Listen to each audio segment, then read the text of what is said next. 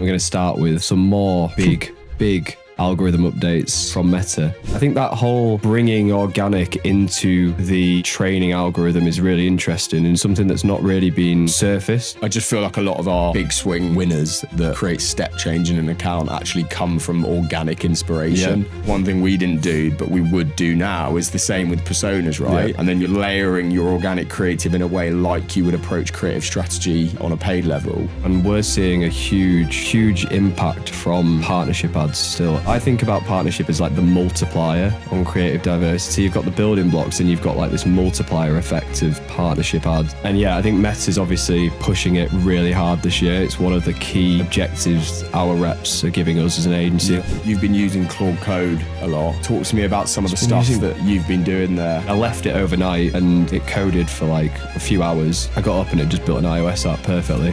Like perfect. Welcome back everybody to another episode. Excited to dive into a few different things on this episode. I think we're going to start with some more big algorithm updates from Meta. Have you been using Twitter a lot recently? To be honest, like just because of how busy things have been, not as much as I would like to. I've just can't. Articles everywhere. Yeah, it's gone from like short, including myself, which is what we're going to touch on first. But it seems to have gone from like 180 characters to long form essays. When did that happen? But it's like such a hack. If you try to grow your Twitter audience, throw out a few articles, pick a specific topic, go deep on it for like 1,000 words. And the funny thing is, everyone's just saving them, and I'm 100% confident no one's reading them. It's just like, yeah, you've been racking up the saves. It's like mental masturbation. Everyone just like saves everything. It's like, oh, I'll come back to that later. I can be guilty of that. I'm terrible for it. Yeah. I mean, do you think that spans outside of D2C Twitter, or do you think in terms of like Twitter shifting towards this like more long form articles? Yeah. I think it's consuming knowledge, information. I think they're using that as like a real big signal for like to push reach like that. The one I wrote on UTIs and GM, which we're going to come on to, like Meta's the next phase of Andromeda, has got like 40,000 views, but the engagement on it's not even that good. It's just got loads of saves, which isn't a huge amount of views, but it is for like a relatively simple post and not like a resource giveaway. But yeah, I'm not sure if it maybe works the same in sports and other things. Maybe not, but definitely in areas like tech and business. Yeah. So yeah, we can start there. We've also got another article that I shared, which was Sarah Levenger's deep dive into. Shout out Sarah. Yeah, a really good deep dive into something we've been thinking about and talking about over the last few episodes. So we'll touch on that. But yeah, I wanted to start with Meta's GEM and UTIs updates, as you've just called it. I'll put the article I'm referencing in the description because it's a much longer form read, much more detail, includes a few screenshots and resources, and then another video that we touched on that we did in depth about creative variety, which I think this is another it's that next evolution, and it continues to crystallize this idea that creative is the targeting. Like that's the fundamental underpinning outcome of this. It's just further crystallized that creative is the way that Meta delivers creative, but it's also the way it learns about your brand and your customer.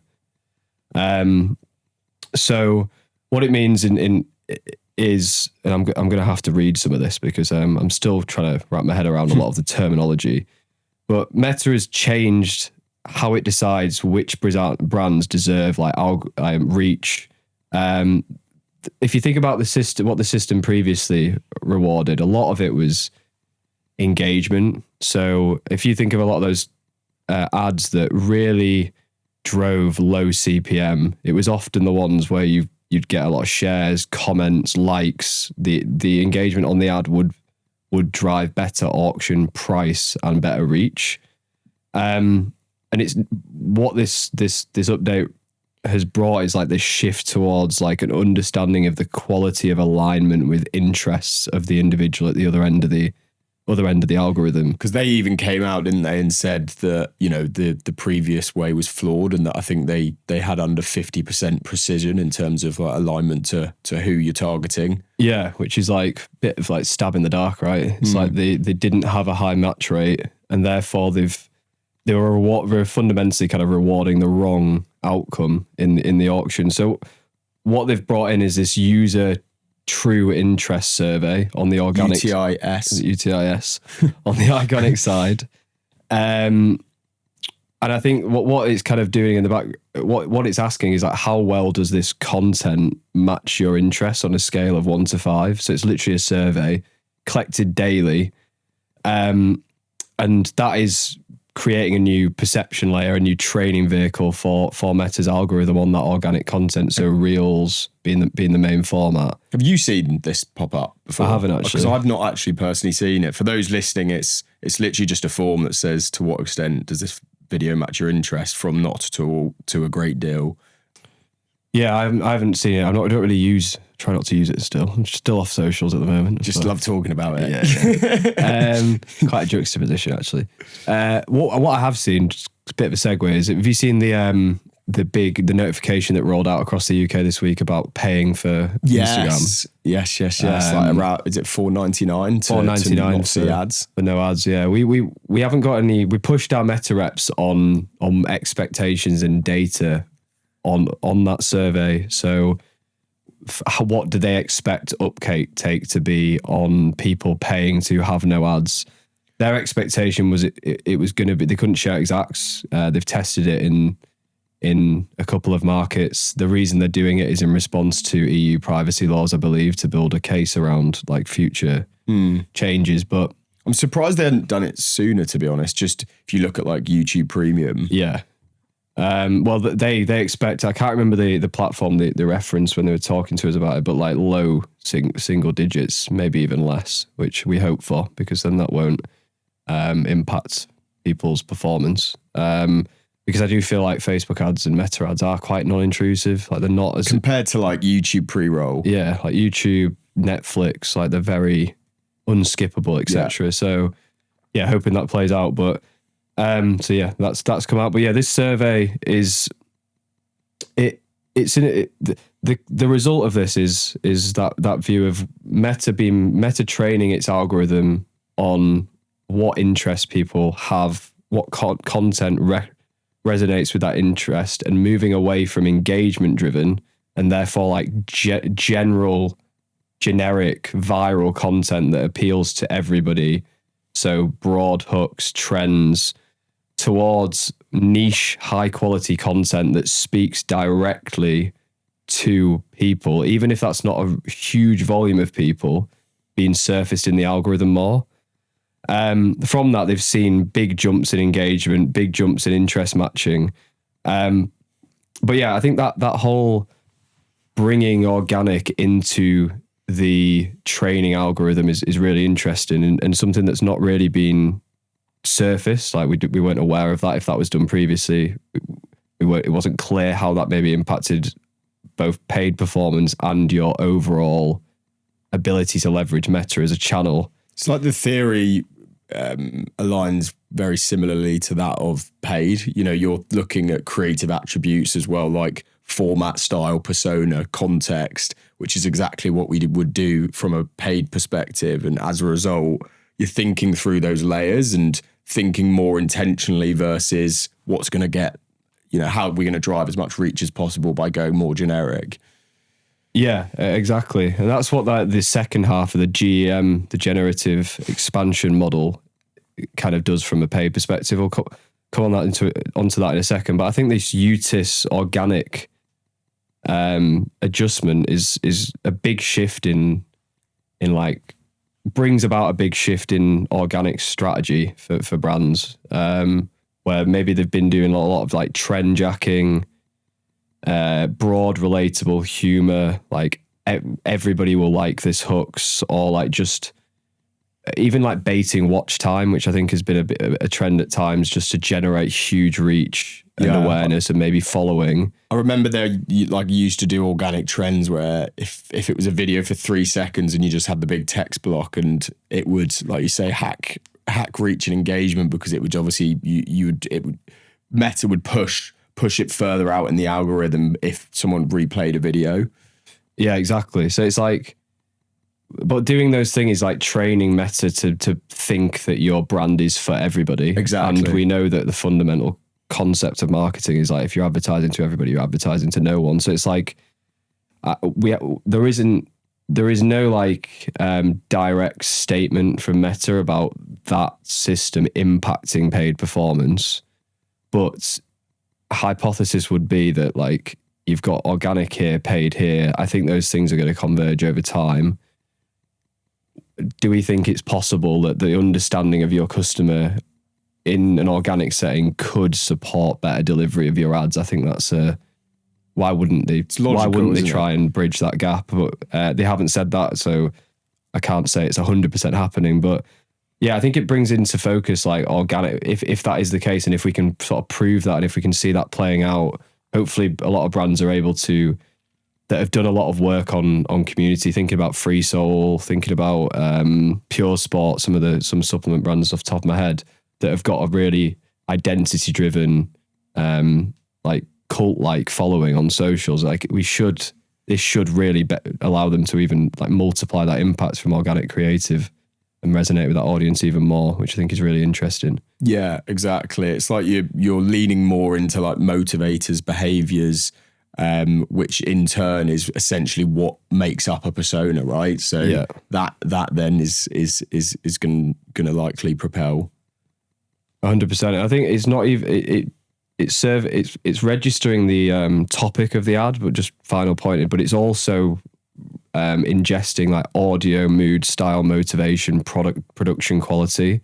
So all of those signals into how it finds niche audiences, or how it just delivers your content to more people. It's exactly what we spoke about in that creative diversity mastermind, like soulmate theory. 100%. There's a perfect piece of creative out there for everyone. It's like that next evolution of soulmate theory, moving on to organic. And I think it brings a lot of the creative strategy research process we've spoken about, and for pay, we've always spoke about this for a paid context. But if I was a brand watching and you want to try and test out this new model and try and maybe improve your organic resonance, it's like, it starts with messaging, it starts with persona, and then you can get creative about the ideas. I'm not an organic content expert, so I'm not going to go down that route, but I think the messaging and the persona, it's like go deep on there and try and maybe bridge the paid and organic teams together a bit more from that perspective, and from a learnings and feedback loop perspective. Yeah, I mean, it makes me think, because we like used to have an organic service, like that was actually, since our inception, like that was a big thing that we did before we moved over to paid. And the whole thing there was like, find the formats that work and double down. Diversity isn't necessary once you really find what works across maybe 4 or 5 different formats, that you treat it like a TV channel and you run those same formats. Whereas what this is telling us through the lens of creative diversity and soulmate theory, from the perspective, or through that perspective of organic, is, even if you're speaking directly to a specific persona with a specific angle in an organic creative, you need to be running that against lots of different vehicles to ensure to connect that person with their perfect creative. Yeah, and we've seen a lot of organic. I've seen people who believe in the concept of like test content through, like, you can do that test reels thing where you distribute reels to like five iterations of the same piece of content to new audience, then use that as a learning bed for paid. We've obviously seen a lot of examples where great organic translates to paid. Maybe we'll see that go the other way. Definitely believe we could, in terms of pulling, maybe not the entire structure and framework, but certainly some of the messages, some of the personas. It's why I just think this like makes complete sense, because for the last 2 years, I just feel like a lot of our big swing winners that create step change in an account actually come from organic inspiration. That is an organic video or messaging vehicle that has resonated with a certain persona or a certain keyword that relates to a persona. Yeah, 100%. So yeah, I saw Cody from Jones Road saying that one of his big bets for 2026 is organic and as a channel and bringing that closer to his paid ecosystem. So you've seen a lot of the big brands taking big swings in this area, and it'd be interesting to see how that plays out. Switching on to the GEM, which is the Generative Expansion Model. A lot of acronyms. Marketing loves acronyms, right? What GEM does is rather than looking at like isolated user actions as a source of signals for paid delivery of like what to match a certain individual with, it's looking at behavior across Instagram, Facebook, Reels, WhatsApps, and across all pixeled websites, and connecting that to both organic and paid interactions. So the question that it asks in theory is like, does this brand's creative consistently align with what this person actually cares about? Which again, I think is just that like persona pain point piece, right? It's like, who is this person? What's the problem we're trying to solve in their life? What's the failed solutions they've maybe experienced? How is that showing up on like a deep emotional level? It's another source of signals and learning and move towards just deep customer understanding and deeply and using that to deliver creative to those individuals. I feel like this quote here captures it really well. Organic is no longer distribution. It's the training data of how Meta understands your brand's relevance. Yeah, 100%. And I think this GM paid, it rewards against specific narrow language, so not broad, clear use cases of a product that resonate with that persona, like context-rich demonstrations, and then like consistent storytelling around from across the brand. So not just maybe on organic and on paid. And all of that is just going to ladder up to better signals and better relevancy. And then if you are able to lean into creative to maximize that, better delivery and better results. So yeah, I think it's really interesting to see. Obviously we had Andromeda and we've had the creative similarity wave. It's going to be interesting to see how these then roll out, and from the data and from some of the proof points that Meta provide, like the results seem to be really, really strong, and it's just going to make delivery even more efficient for brands. 100%. And I think this is why like we need to be thinking about diversity as something that is as important as volume, if not more, because I think we were very heavy on volume, and I think a lot of people when they hear Andromeda think creative volume, but I think Meta doesn't necessarily want more ads. It's like it wants more distinct interpretations of like who that product is for and how we need to speak to them and how we deliver that to them. Exactly. And I think we've been guilty at times of last year of going too far down the volume route for certain brands and not having the right like broad coverage of persona, angle, vehicle. And we've learned that, and that is strategy, right? That's good versus great strategy, like how we look at being more intentional across those different building blocks of creative. I also think that when you do that well, it becomes a compounding engine, because the diversity drives the delivery, which drives the signals, which allows you, and it's like the signals of new audience allow you to just constantly expand your reach and avoid being limited by first time impression ratio over time.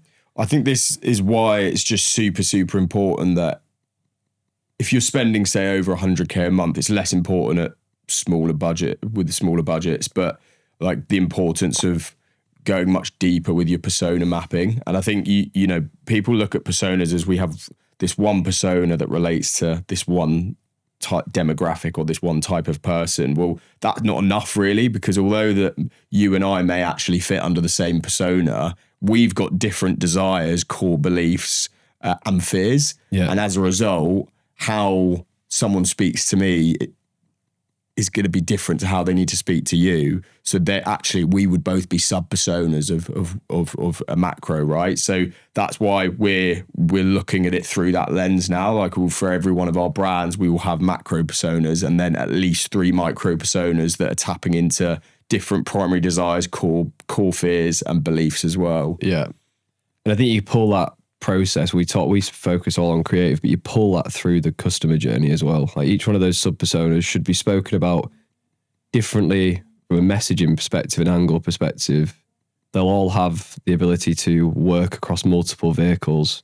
That should be pulled through to the landing page, which should then have the same fears, common objections, beliefs, just that, and building that congruency is where I think the brands, like we did a Kind Patches breakdown, where they are really good at persona driven, sub-persona driven messaging, and they've got such diversity. I think Loop were very good at that as well as a brand who were a very early mover to volume and diversity.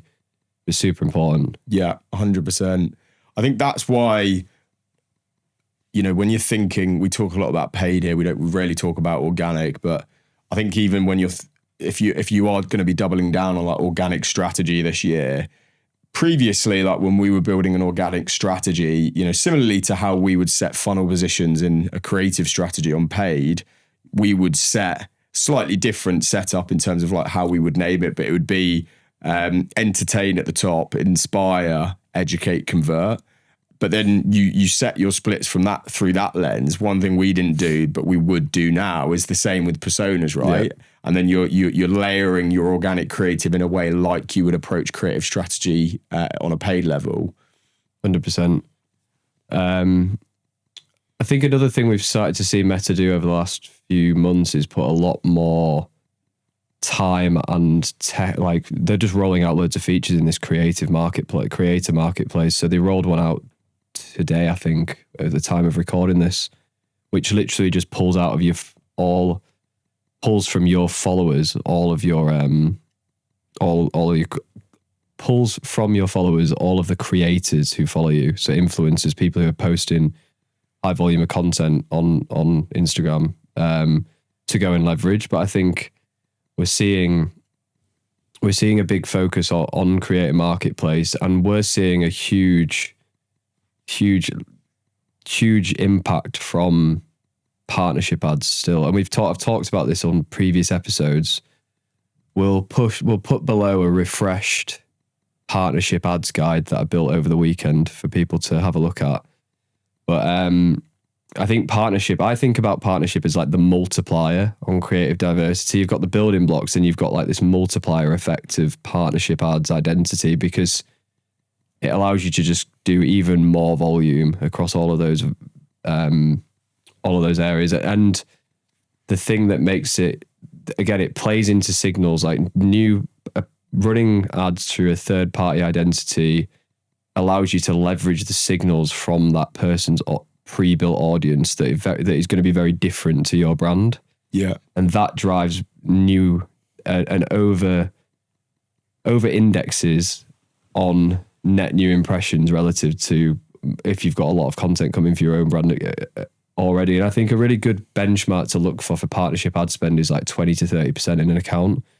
I'd say most accounts that we audit are sub 10% last 12 months. And I think just bringing that up like 10% towards 20% of account spend whilst maintaining quality is just such a huge unlock. And yeah, I think Meta's obviously pushing it really hard this year. It's one of the key objectives our reps are giving us as an agency, like getting partnership ads up to a certain level of spend across our whole portfolio. And when Meta's trying to push something, it's driving results. Yeah. It's not just driving results, but it's almost like this OP thing. It's like first mover advantage. Exactly. It's like similar what we were talking about with Twitter earlier. They're gonna push it more in the algorithm. You want to get onto a feature, for sure. So it'll get to a point where everybody's numb to it, and it just doesn't create that level of impact. But I think there's a real nice window right now, and there has been for 2 or 3 months of, if you can do it well, it will drive a big change in ability to spend. I would say the biggest area there, and obviously across all demos, it's super important as you've just said. But I think the biggest opportunity there lies in like 50 plus people, because I think in terms of like partnership ads, it's the persona that do it the least. Mm-hmm. just naturally younger people will be more inclined to agree to that. But secondly, older audiences are naturally the least trusting and require the most trust building as a result, which, as we know, this is something that really helps support that. Yeah, 100%. I think I haven't actually, thinking about it, I haven't seen a huge volume of like partnership ads in that demo. I have seen quite a few. I wanted to come on to a few quick wins across this area, but one of them is like third party and persona driven pages. So creating a page and creating the identity yourself, bit grey hat. I actually told Meta about this in a meeting with our reps, so they definitely didn't approve, but we won't. We're a bit quiet in the room, and I think as soon as Ollie said it, we were like, maybe shouldn't have said that. It's a little bit, yeah. It's a bit like D2C grey hat, but it's like identify persona or niche that matters to your ideal customer, create an Instagram and Facebook page built around that persona, build out the page and relevant content. So like you don't need to be super extensive, but just populate it, and then align that with the ads that are being driven through that persona. So supplements for focus could be ADHD life hacks, baby products could be first time mums, dog food could be kitchen critic, menopause supplements could be menopausal mums, and it's resonance, it's a multiplier. It'll probably help with trust, it'll help with delivery. I think another couple, founders ads, like so simple. Every founder ad, pair it with a founder's page, their personal Instagram if they're open to it. Put it on private, I think you can even, and they have to change it to a professional account, so you can't. Founders leveraging your team. So I think internal team members, that's whether that's a creator or whether that's like staff members, like doing BTS, interviewing people about the favorite product in the business, like just leverage them for delivery through third-party pages. Obviously, taking top performing UGC creators and putting them on retainers. I also think looking at like your influencer seeding program, finding like the top 10% of content quality across that, getting on whitelisting, maybe even looking at customer base. You can use things like refunnel for activating customers and getting whitelisting rights. Looking at TikTok shop, top TikTok shop creators, if you're on there, asking them if you can pull the content and their identity across to Meta. Doesn't have to be, not that complex, but massive leverage. The one that I've just seen work really well and it's kind of becomes that creator/creative flywheel is like TikTok shop. Like even with creators, if you can bake that into contracts where if they get top spenders with you to then look at moving that creative to Meta and doing it as partnership ads. Yeah. I've seen a lot of brands like build those relationships at scale. 100%. It's not that expensive either. Like for a lot of TikTok shop creators, you pay them £100 for a 30-day whitelisting. I've actually got, again, in the guide, there's some negotiation tactics because it's a bit of a sales exercise convincing some people of getting to allow you to whitelist their creative, especially if they've got more followers and you start to move up that chain. But yeah, I think if you're a brand watching, take trailing 6 months spend, segment out how much of that has come through non-brand page, so not your core identity. If it's under 5%, big red flag. If it's under 10%, between 5 and 10%, like you're probably above most right now. I'd say you want to be trying to get up towards 20% of spend, and maybe beyond if you start to see that really work. The only caveat to it is it's not a magic bullet. So creative is still the key variable. Just slapping partnership ads on everything isn't going to work. So you've got to do it with intention. And the creative still has to be really good. Yeah. I think that's the two big Meta updates at the moment. Yeah. Wow. Very, very in depth. Full of value. Back to Twitter articles, I guess. If that's where you want to go next. Yeah, I think it's super interesting. We'll link all of this down below, but there was a really interesting article written by Sarah Levenger, who really is an expert when it comes to like D2C psychology and behavior. So she's super. She looks at creative strategy in a slightly different way to most, and she's essentially built a guide as to like the different levels of creative strategy, which I think is really, really interesting, and almost what you need to be to reach each different level. Yeah, very gamified.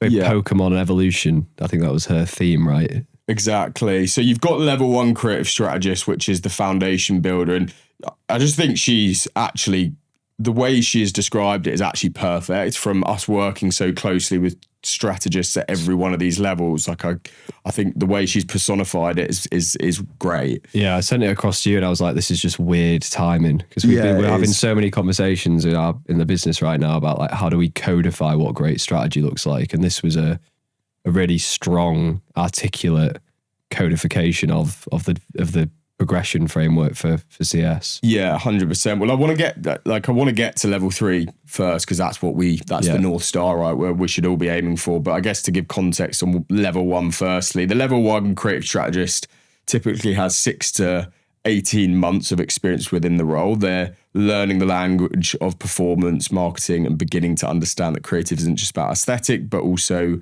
conversion. So essentially it's like very basic platform literacy, fundamental understanding of frameworks, basic copywriting, fundamentals of key metrics, etc.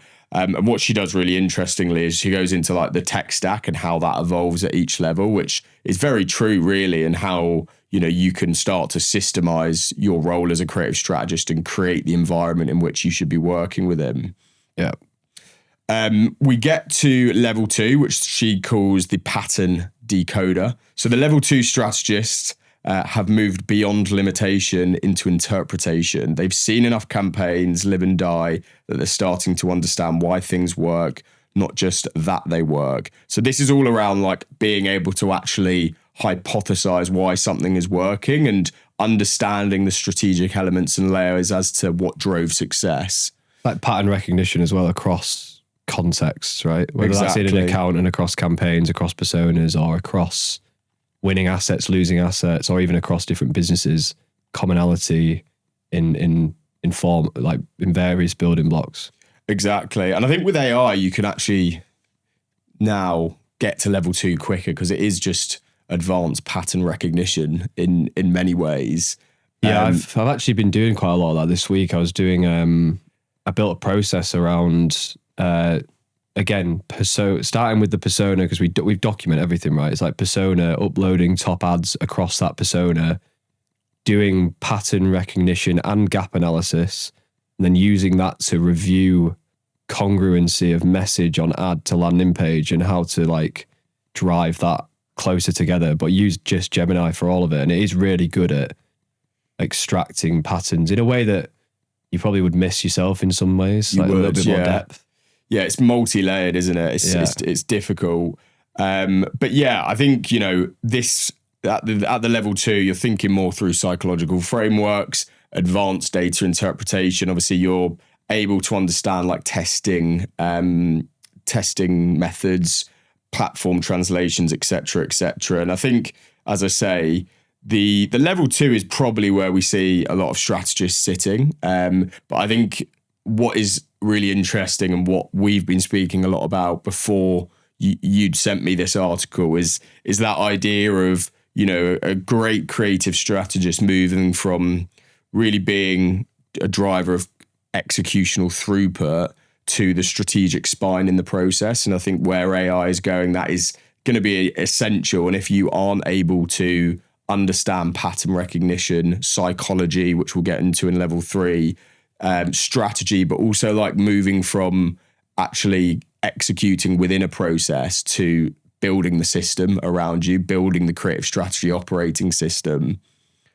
I also think another layer of that is like a better awareness of your position within a broader commercial process. So like when does a business need to be creating higher volumes of assets? When does return on assets spend, like, how to think about like forecast and the commercial side of return on investment in creative process at a business level. Yeah. And I think this is actually why like creating Claude Skills is actually an amazing exercise to actually allow you to reflect on logic and reasoning, because like you sometimes you will do something in an ad account. You don't really think about it in the moment, but you just have the instinct to be able to know what to do because you built up pattern recognition to some degree. Whereas if you actually reflect on, okay, so if X happens, then I do Y. Yeah. If you had to contextualize that as to the actual reasoning for it,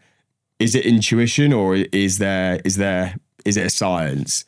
Yeah, I think that's where a lot of that's the hard bit of building like internal AI tooling as well, is like pulling that context graph, that decision-making framework out of your head. Because I find it quite hard to articulate your own actions sometimes, especially when it's in that like nuanced area. Yeah. And that's where we are right now. Like we're going through an intelligence project where we are thinking through that lens. And I think a lot of the things that you might think just are based on intuition, what we're actually starting to do with our creative strategy team, and Sam and I had a call about this today, is starting to create diary entries of almost why we made certain decisions or did certain things as a creative strategist. Because usually that's stuff that isn't necessarily documented. Whereas if that is, you would say on an isolated case that is down to intuition of just having the context, having gone through the failure of being in enough ad accounts and reviewing enough creative. Whereas actually on a macro level, if you have 200 of those use cases, there's pattern recognition there that can be tied together as part of that context engine. Yeah, 100%. It's hard. It is hard to, that's a really interesting way to think about documenting that, like diary entries. Makes a lot of sense. Yeah, 100%. Doing it in the moment rather than trying to reflect. It's harder to reflect, isn't it? So I think that's something, that's a behavior that we're starting to get our team to execute on essentially and start thinking through. But yeah, anyway, getting to level 3 creative strategist, the strategic architect. So essentially at this level, they've expanded their skills beyond execution and optimization into building sophisticated systems, predicting trends and creating frameworks that others will follow. They don't just respond to data, they understand the market forces, cultural currents and psychological patterns that will shape performance. So I love this idea of like creating your ecosystem, creating the operating system that you work within, the environment in which you work within, which is super interesting. So the competencies here fall into like actually building proprietary frameworks, which again is something that we are really super bullish on. Predictive creative strategy, actually building the system in which we work within, cultural trend forecasting. And this is kind of in many ways like documenting that context, right? Or that data layer that we can sit within. Yeah. And I think that's where we try to take, and I think that's where everybody should be trying to take their creative resource, or the people involved in that process.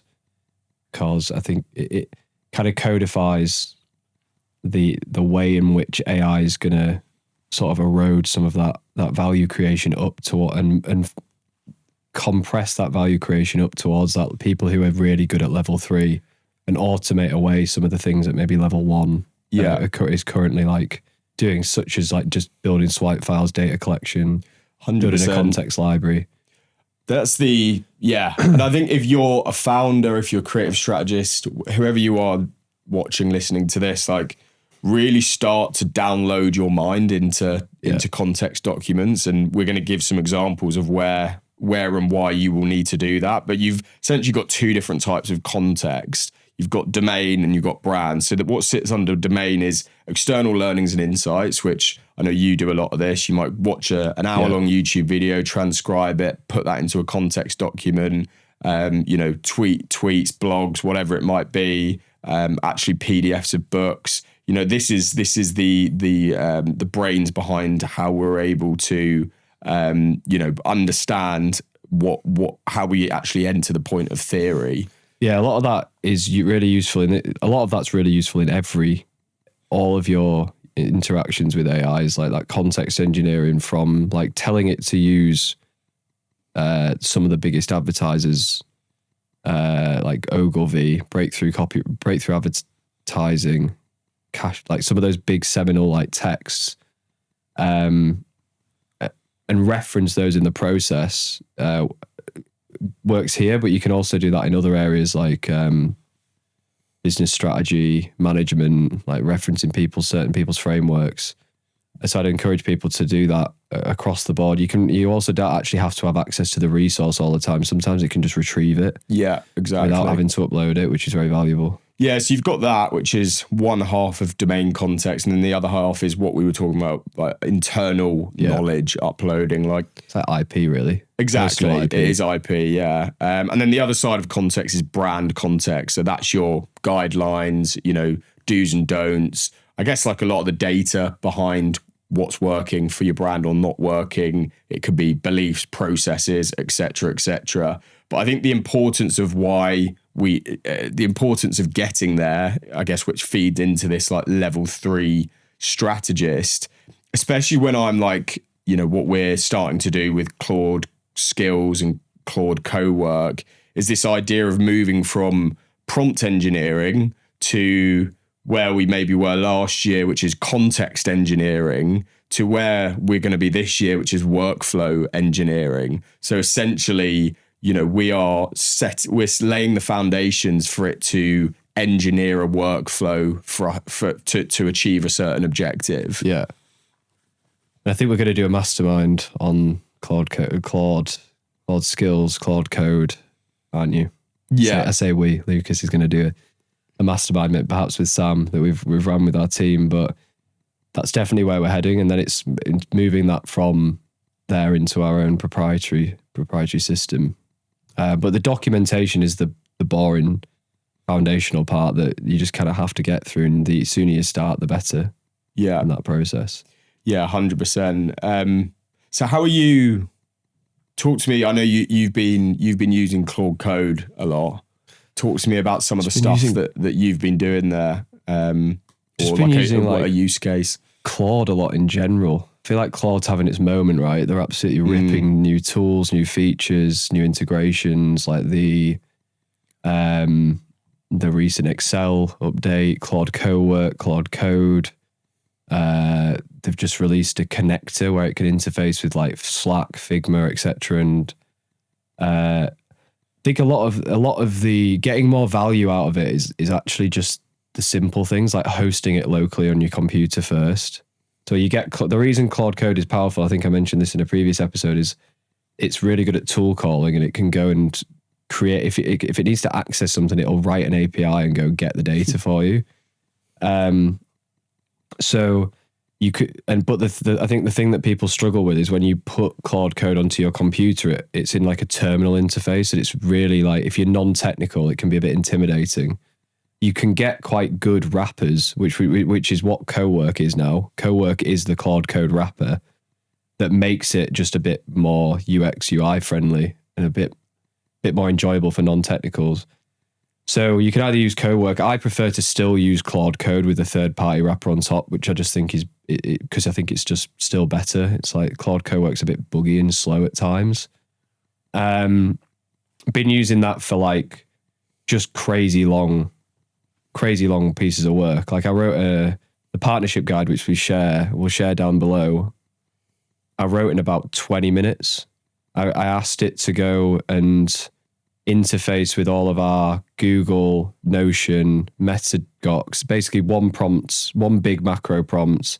I asked it to condense information, write it in a certain tone, and then produce this document, and it just went from top to bottom in like 20 minutes. And it's like, but it codifies, referencing a lot of our context, a lot of online context. It's really powerful at like sequential steps. Sometimes it'll spin up a 40, 50 step process to get to an outcome. So it's very agentic rather than like single input output question answer. I guess the one thing I've used it for most recently is we're moving offices. And obviously it can code, like it's ridiculously powerful at code-based output.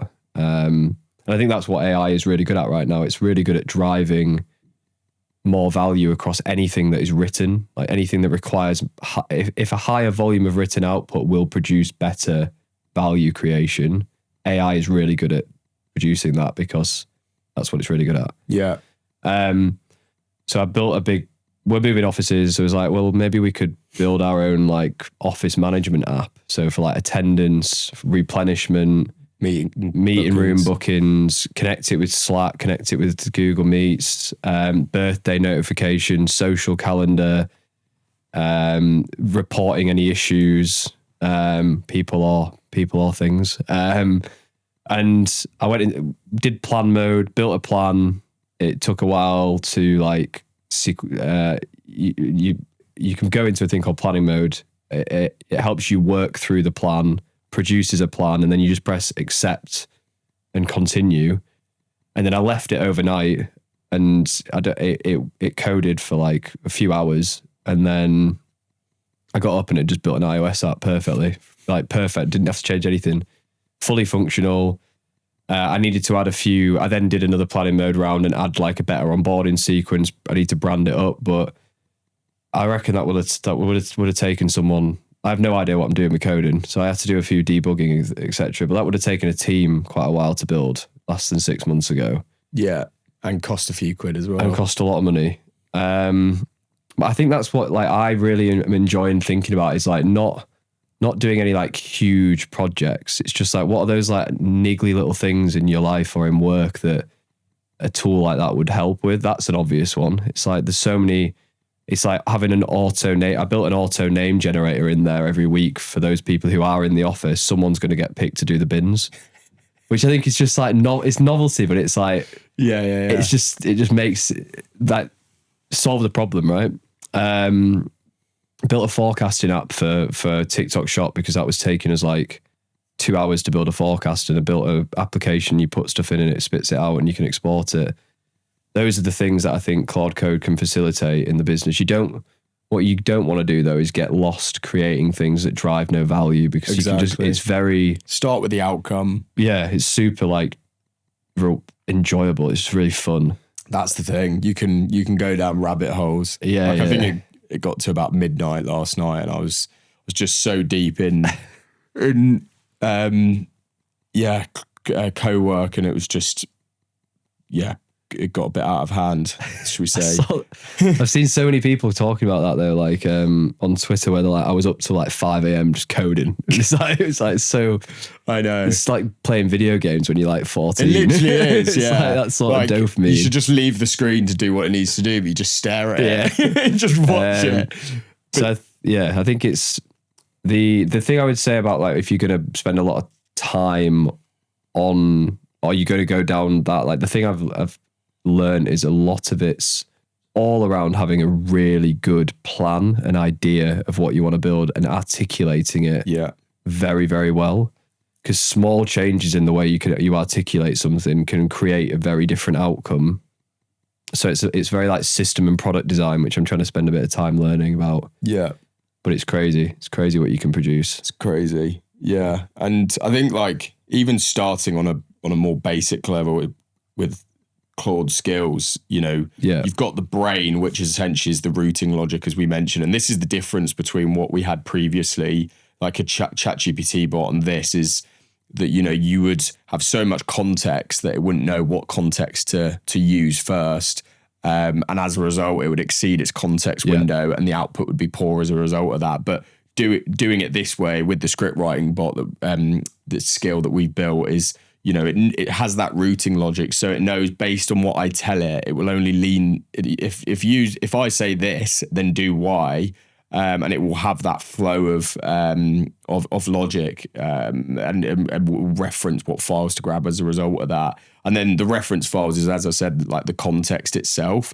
And I want to just talk about like at a very top level, like one that I built yesterday, and this fit goes back to that like level 3 strategist almost, and where we are moving towards. But we've started centralizing, because we've had some feedback about this, about just better centralizing a creative operating system that houses live information updates from our reporting and optimization, our strategic dashboards, which is funnel splits, persona splits, has in-depth breakdowns of those, our latest strategic thesis, the latest like quarterly objective of the brand or what we're trying to achieve, as well as soft hard metrics, etc., brand context docs, all living in one single source of truth, essentially. So by having that and this using the scripting master skill that we built, the brief that I literally gave it was, because obviously there's a connector to Notion, so it's able to go in there, going to the databases that sit within it. Sorry, what were you saying? That's the thing that Claude's really good at is retrieval. Yeah. Like I find that other models, like Gemini's better at like critical thinking, I think, and it's better at video analysis, but it's not better at retrieval of information, targeted retrieval of information. Whereas Claude, you can just go tell it to pull you can tell it to pull like a specific topic from Notion and Google Drive, and it'll just go and find it like almost exactly what you wanted. Yeah, exactly. So essentially I just said brief, brand X, concept 6, persona split 60%, P1.2. And that's what I was saying about codifying your personas, because P1.2 is persona 1, but it's micro persona 2 that sits within 1. And 50% P2.2. So we're splitting our personas 50-50, funnel stage 60% problem, 40% solution. And I've trained it so it knows if they're the inputs that the only inputs it needs. It will then go to Notion itself, and it will retrieve all of the relevant information it needs, the latest data, strategic reports, which gives us a lot of the insights. It will go and find, obviously, because everything is codified, a breakdown of that persona, what its beliefs, motivators, fears are. And then it will essentially start to create a concept matrix that breaks down the personas, what funnel position, what type of creative is it UGC, high prod, etc. It will then go into our framework database, and based on the data or the context that it finds from the latest strategic report, it will find which frameworks it should use and why, and it will actually give us a hypothesis as to why it's chosen those frameworks and not. And it's just the outputs are quite incredible. Like if a new strategist joined the business and like I reviewed some of these scripts, I've reviewed a lot of scripts. Like these are pretty much there. Yeah. Like it's pretty insane. So yeah, I would just encourage people to go and start playing. And I think that's why I was so bullish on building those context docs first, because without that it's very difficult to use these tools effectively. 100%.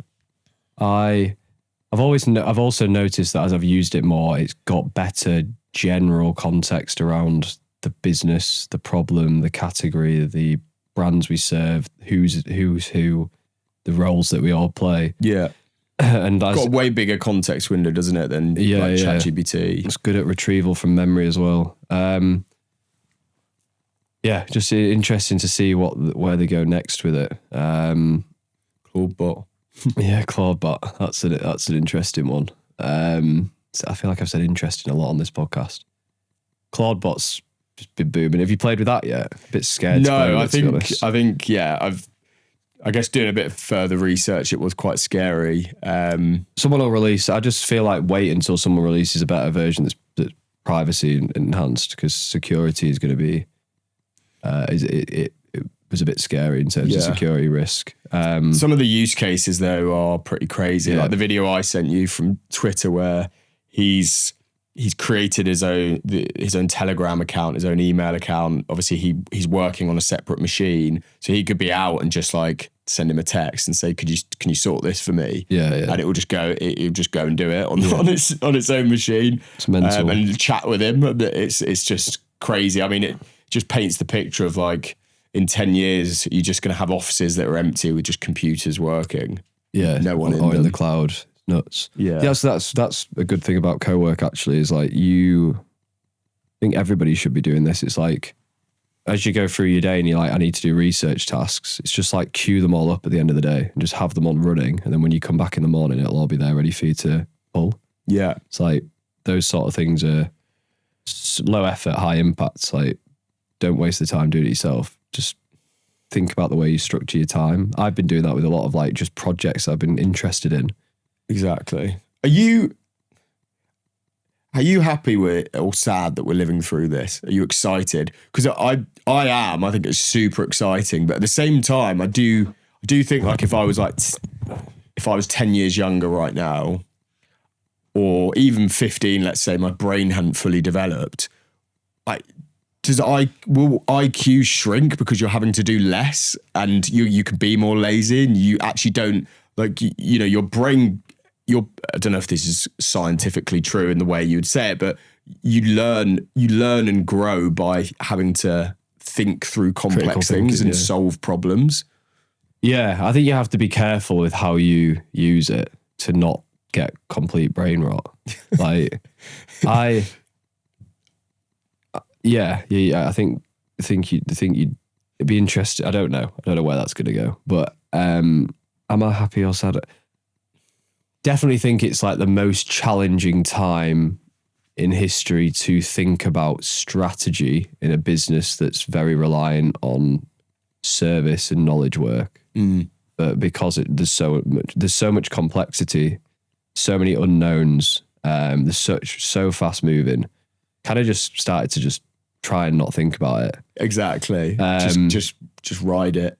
Do I enjoy using it? Do I think it multiplies? Am I able to do like way more work? Yes. Like I can get so much more done in a day than even 5 months ago from just being like a top power user of AI. And I think it's key that everybody does that because you can just create so much more than people who aren't using it. The thing that scares me, and I think people should read this. There's been a few different pieces of content that I've read over the last 2 months. So firstly, there's Stripe Press, which is like basically, I think it's owned by Stripe, but it's the publication company, and they've done a sequence of books, and they're all really nice books. They did Poor Charlie's Almanac, so Charlie Munger. They've just released one on like engineering, and they've done quite a few, but one of them is called there's one called the Scaling People, which is really good for I've got management that book, people. Really good book. But they did one called the Scaling Era, an oral history of AI, and it's very foundational. I read it because I was like, I think I find it really hard to understand things without having foundational concept knowledge. So like, what is an LLM? Which is fascinating. How much do we know about how they work? Which is the answer is not very much. Like it's basically a black box. We kind of know what goes on, but we kind of don't. What does that mean about safety? And how do they train the model? So it talks about things like gradient descent, alignment, which is aligning a model to how we want it to operate, and how we do that through post-training, reinforced learning, human feedback. Goes into real depth about like that process and how we're imparting our values of what we believe is correct onto a machine that may not, if it becomes AGI, like may not have the same concepts of ideal values, and what does that mean for security. I also saw a post from Anthropic, which was mental. They'd found that as you train a model on foundational chemistry, it becomes better at creating weapons, chemical weapons. So that's terrifying. Wow. And you read that, you read about like the concept of, do we think we can reach AI purely through the lens of just scaling? And scaling is just adding compute. So GPUs, data centers, that's what's driven growth in quality of model.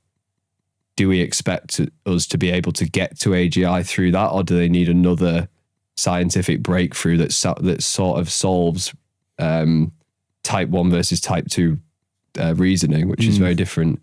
Or nuclear. Yeah, or power. Yeah. But yeah, just kind of like there was a lot of sentiment in the security and like the AGI piece of like, that's quite scary. Like when you actually read it, it's like nobody knows when it's going to come, how we're going to stop it. Like because you get it. What they're trying to get to is like you get to the point where it's self-learning, and it can become like it can progress very, very quickly and like almost like run away from whoever's built it. So yeah, and then you listen to like interviews with the Anthropic and Google DeepMind CEO and like them talking about AI and like how many, there's just so much unknown. Like that's what baffles me is like, none of them really know what's happening in there. None of them really know what we're going to do about it. And they're just plowing towards it because they don't want China to get there first. Exactly. That's the problem. It's like there can't be legislation because otherwise you'd be beat by China. Right? Yeah. Which is kind of mad. But yeah, read that book. That would be my takeaway. Yeah, we'll put it in the show notes. But it's a beautiful looking book. It is. It is a good coffee table book. Cool. Should we end it there? Up? Yeah, it was a long episode, I think. So yeah, thank you all for watching as always. Lots of links down below, masterminds to come, Claude, incremental reach. I think there's a few other ones we can do over the next few weeks. Persona mapping, we'll maybe talk about that in a bit more detail in a future episode. But yeah, let us know below as well how you're using Claude Skills or co-work. Yeah, any AI tips. Yeah, be great. Cheers. Cool. See you in the next one.